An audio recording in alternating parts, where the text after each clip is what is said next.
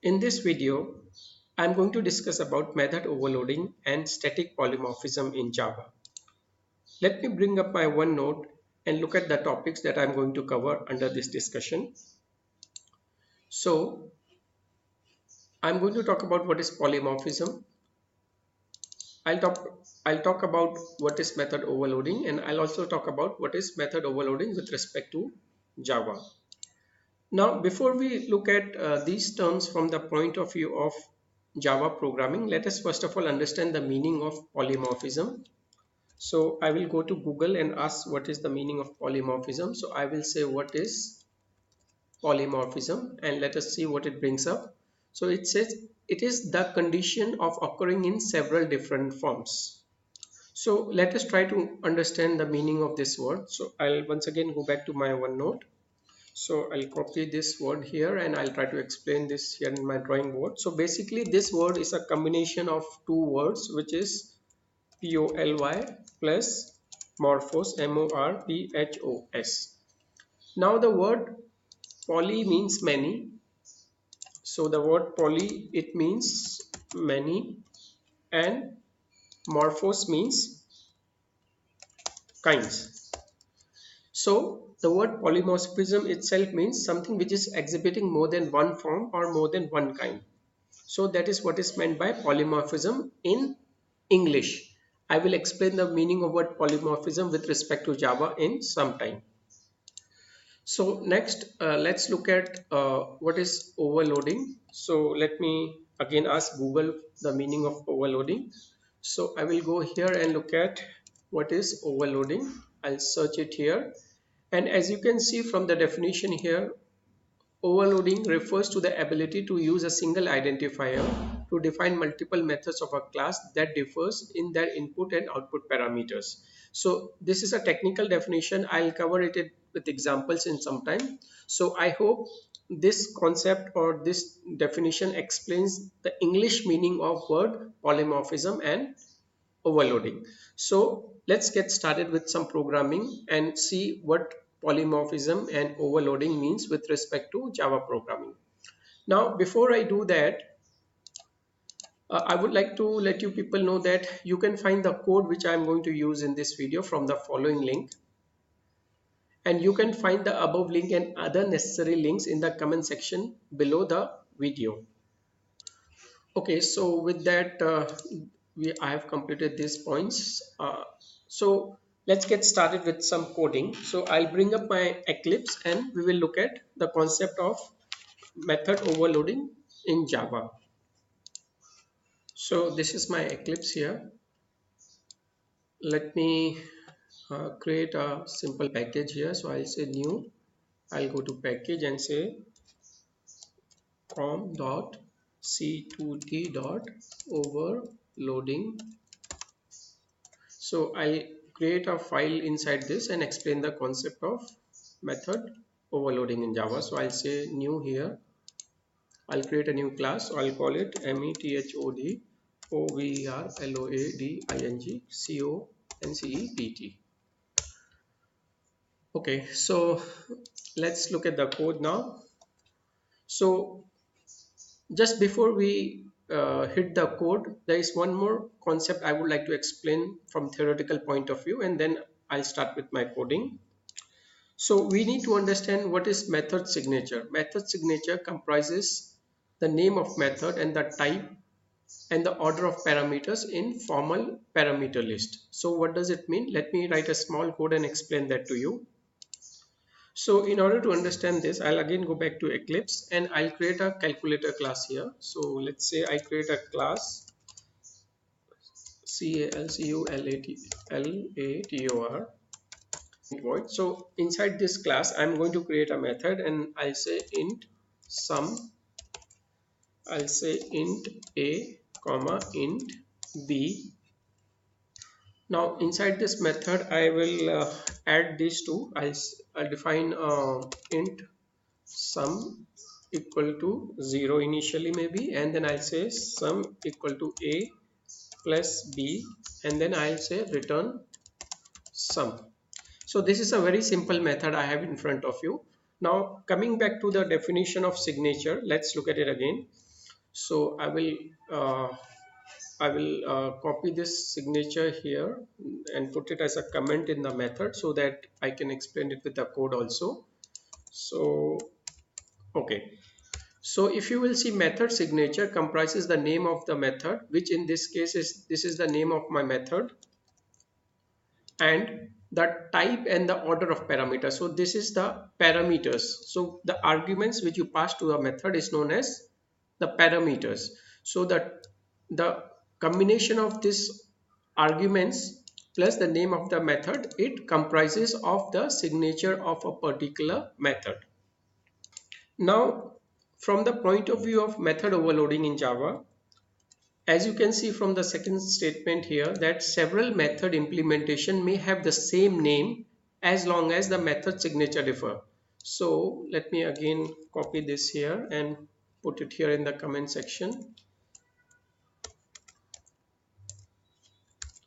Okay, now it says several method implementation will have the same name as long as the method signature differ.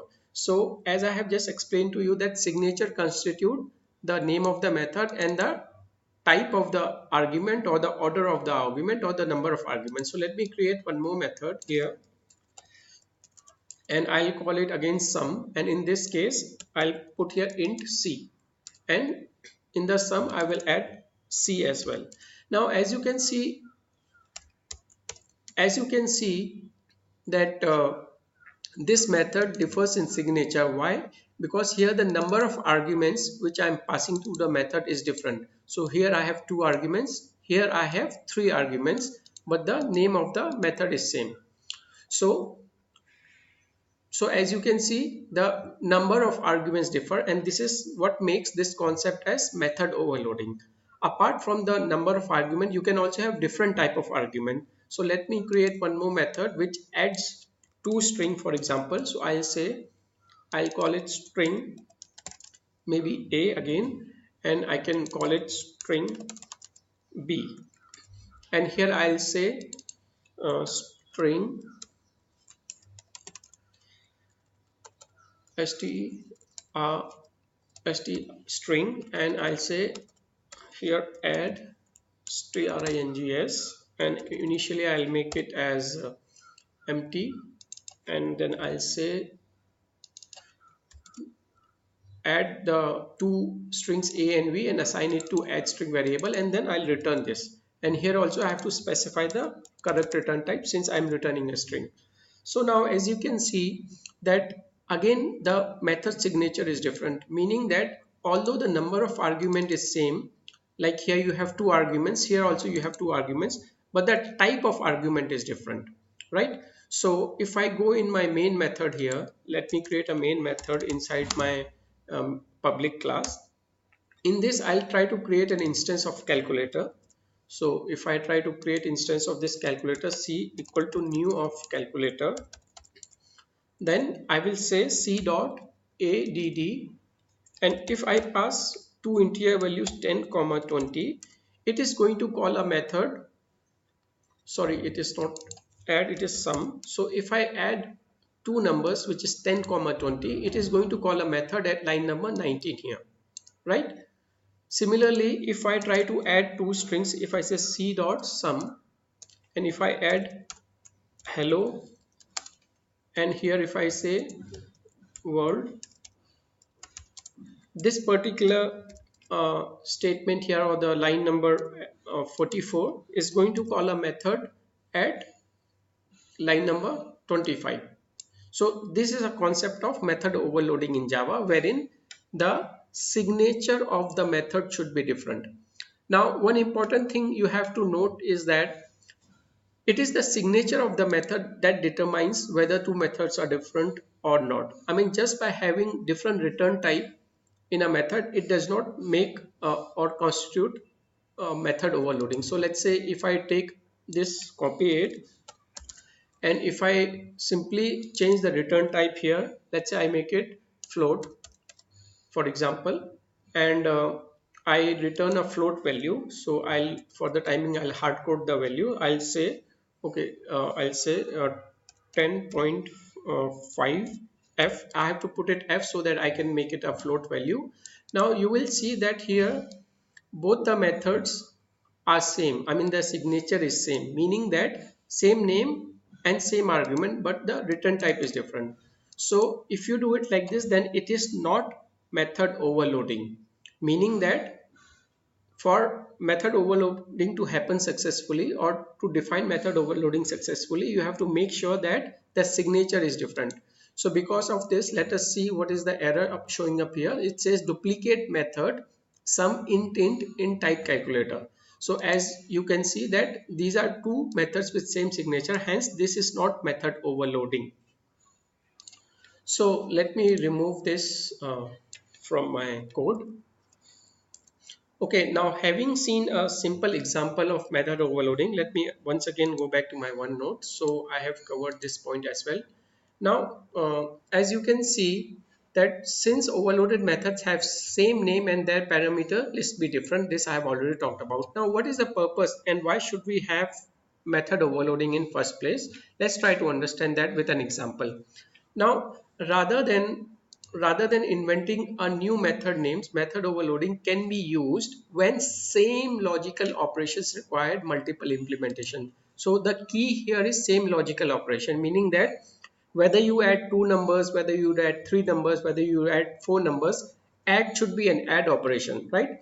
So from user's point of view or from the user's perspective, it is always good to have the name of the method as same rather than giving them different name depending upon the number of arguments. So it's a good idea to have the same name with different arguments. When I say different argument, I mean different number of argument or different types of argument.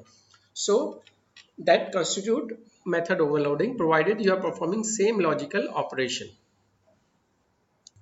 Now let me try to explain this very concept with the help of a simple calculator, as you can see in front of you.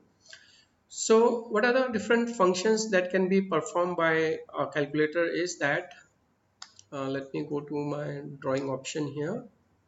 Okay, so divide operator can divide two integers as well as decimal, right? You don't have to, for example, say that divide integer or divide decimal. Similarly, an add operator, which is a plus operator, can add two integers, three integers, two decimals, three decimals, right? So as you have defined here uh, a method to add integers, you have defined to add strings, to add more than two integers, to add maybe two float or two double also. That is what you can do, right? Now if this was not the concept we used in Java, and let's say we do it a little different way. So if we did not have the concept of method overloading, then the calculator will have multiple plus buttons for the below task. So for example, to add two numbers, you will have a single button. For adding three integers, you will have two buttons. Similarly, for two, you will have three, and so forth and so on. So as you can see, if this is how you are going to design a calculator, it is not going to be, first of all, user friendly, plus it will be of infinite size. I mean, you can have many infinite possibilities of how you can add different numbers, right? So this is not a very good design, isn't it? Therefore, we have to have a concept of method overloading in Java. And as you can see, when you're performing the same logical operation, that is where we go for the concept of method overloading in Java. So let me give you some more practical example of method overloading in Java. So Java standard library makes heavy use of method overloading. For example, the class java.lang.math contains an overloaded method called min, which returns the minimum of two numeric values. So let me show this actually from the Java documentation to you. So I will once again go to my Google here and I will say java.lang.math. So I'll go here, I'll search the or rather I'll click on the first link and I'll click on the frames here. Now once I do that, I'll go to java.lang package from here on the left side. At the bottom you will have the math class, so I'll go to the math class. Now let me search for min function, min bracket. So can you see this, that you have number of methods with the same signature as min, for double, for float, for int. So let's say I copy, for example, let me copy this here, and I will put it in my Eclipse. So I'll put it in sometime. Let me first of all copy all of this for you. So I'm just going to do it for two methods. Maybe you can try for others by yourself. So I'll copy and put it in my Eclipse. So I will come and put it here, right? Although calculator, okay, so here, for example, for the time being, I'm returning a double value, and here I'll return a float value, float, and here I'll say ret and I'll return a double value. So I'll say, for example, for the time being, I'll say 10.5, and here I'll return a float value. So I'll copy and paste this again here, and I'll put f here. So as you can see from this example, this is a concept of method overloading where I have the same name and the type of argument is different in this case. So this is what I have already talked about earlier with the help of some example. So as you can see from the example which I have just covered with you, you can define method overloading within a simple class like calculator.